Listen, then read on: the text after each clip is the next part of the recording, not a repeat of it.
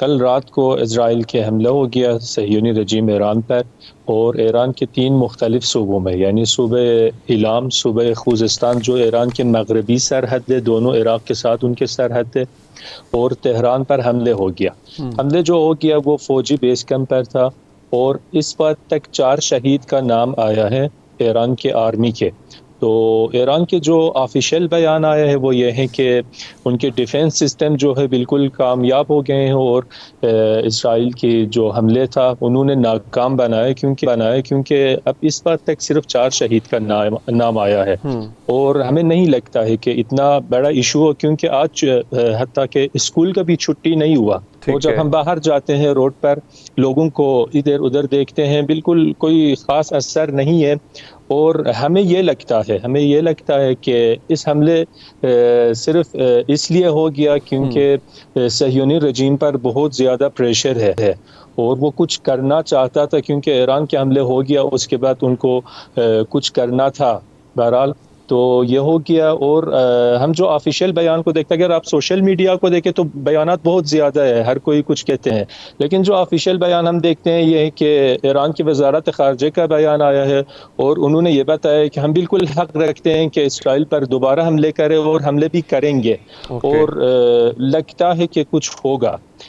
باقی جو حالات کے بارے میں آپ پوچھتے ہیں، ایران میں جو عوام ہے، عوام کا یہ ہے کہ ان کی چاہت بہت زیادہ ہے کہ اسرائیل پر دوبارہ حملہ ہو جائے ایران کی طرف سے، یعنی یہ نہیں ہے کہ ایرانی عوام اس حملے سے ڈریں اور یا کوئی ادھر ادھر جائیں، بلکہ صبح سے ان کی معمول جو عام کام ہے وہ شروع ہو گیا۔ تاکہ میں نے کہا آپ کو بچوں کے اسکول بھی چھٹی نہیں ہوا، اگر کوئی حملے کی حالت یا جنگی حالت تھی تو کم سے کم اس کو تو چھٹی کرتے تھے، کچھ بھی نہیں ہوا ہے، اور ایرانی عوام کا بھی یہ حالت ہے کہ وہ چاہتے ہیں دوبارہ اسرائیل پر حملہ ہو جائے ایران کی طرف سے۔ مجھے نہیں لگتا صہیونی رجیم کی طرف سے ایران کے خلاف کچھ ہو جائے، اور کچھ دلائل بھی ہے۔ قبیل صاحب میں واپس آپ کے پاس آتا ہوں، ہمیں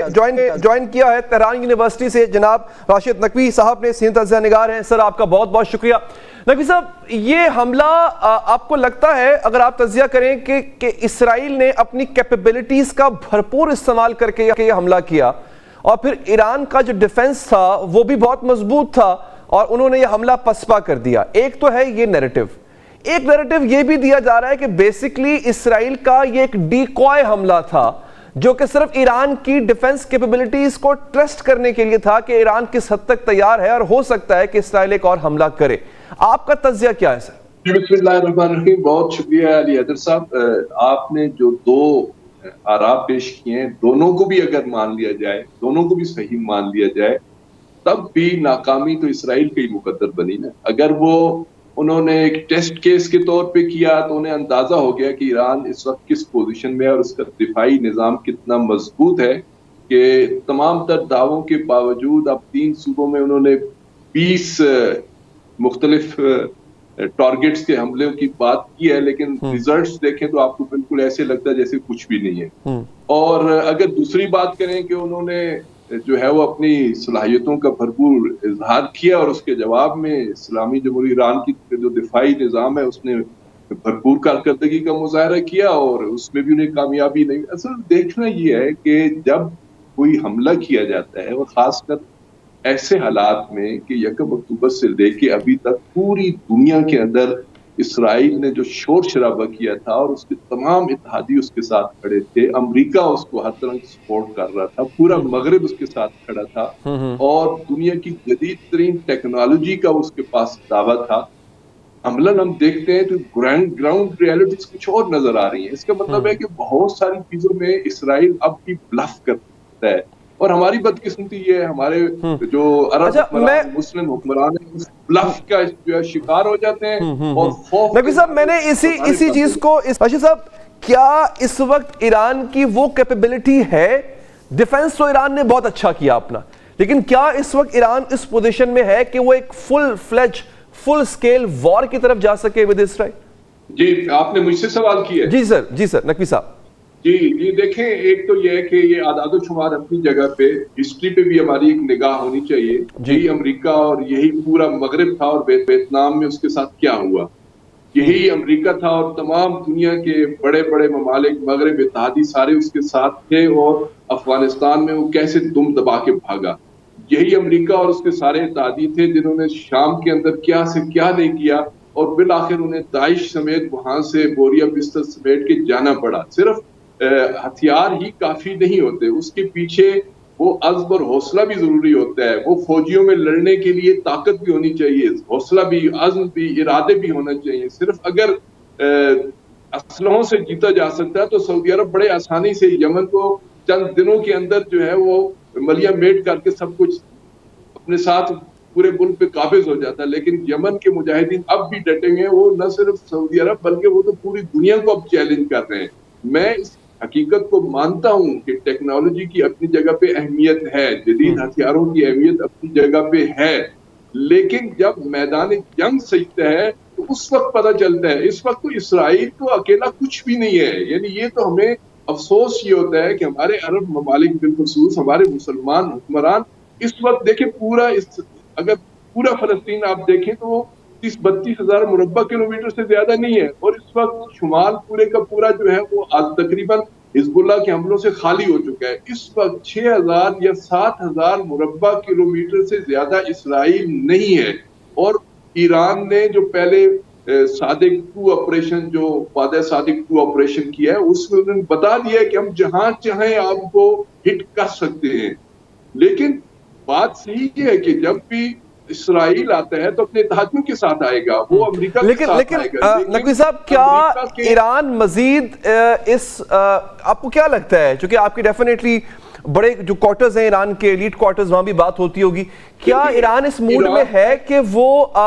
اب فل سکیل وار کی طرف جائے، یا بس یہ ٹھیک تھا، بدلہ لے لیا ایران نے اپنا، اسرائیل نے بھی پھر ایک اٹیک کر کے دیکھ لیا، ایران نے ڈیفینڈ کر لیا، اب بات یہاں ختم ہو جائے گی یا بات اسکیلیٹ ہوگی یہاں سے؟